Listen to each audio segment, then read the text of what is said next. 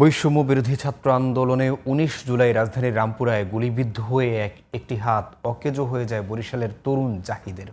মাত্র ২৪ বছর বয়সী আন্দোলনে যোগ দিয়ে জীবনের নির্মম বাস্তবতার সাথে যুদ্ধ করছেন জাহিদ।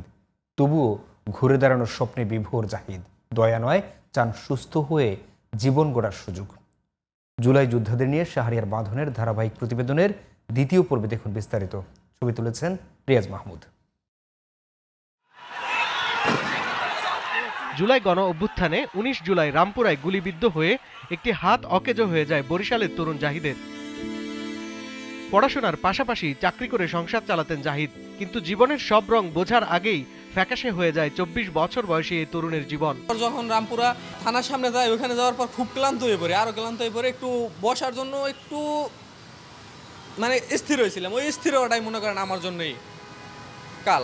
স্থির দেখে মনে করেন কিছুক্ষণ দাঁড়াইছিলাম, ঠাস করে একটা গুলি হাতে লাগলো।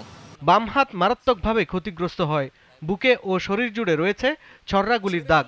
শরীরে ক্ষত আর মনে জুলাই আন্দোলন নিয়ে আক্ষেপ থাকলেও মনোবল হারায়নি জাহিদ। অগণিত গুলি, সিটে বুলেট শরীরে লাগে, পিছনে লাগে, বুকে লাগে, ওইসব আমি খেয়ালও করি না যে আমার শরীর থেকে রক্ত ঝরতেছে না কি ঝরতেছে। এক কথায় আমি পুরো কেমন জানি আমার দাম দেয় ছিল আমি আজকে মারা যাবো।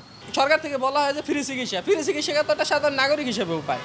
আমাদের জন্য বাড়তি যে কিছু করছে, এটা কেরা করছে? এটা করছে ব্র্যাক, এটা করছে অন্য ফাউন্ডেশন, এটা করছে সিআরপি। হাতটা ঠিক না হওয়ায় থমকে গেছে জাহিদের স্বাভাবিক জীবন।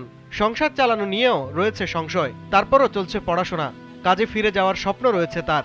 কারো দয়া করুণা নয়, চান সুস্থতার সুযোগ। সরকারের কাছে আমার দাবি যেটা আমার এই যে সুচিকিৎসাটা, যদি আমার মনে করেন আমি হাত দিয়ে কিছু ধরতে পারি, আমি আমার আগের কর্মস্থলে ফিরে যেতে চাই।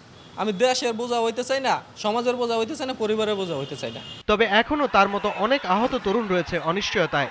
আত্মসম্মান আর সাহস নিয়ে নতুন করে বাঁচার পথ খুঁজছেন জাহিদরা।